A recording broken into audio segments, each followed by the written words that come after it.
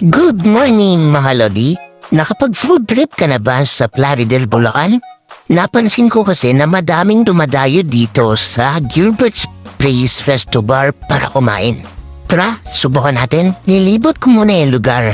Maluwag yung space nito para sa mga customers. At dahil Sunday ngayon, Family Day, expected ko na madaming tao.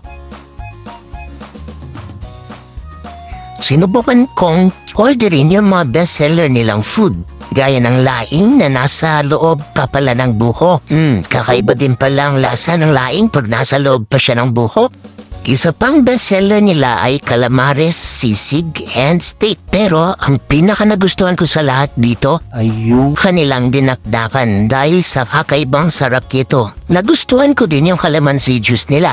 O diba? Napaka-organic.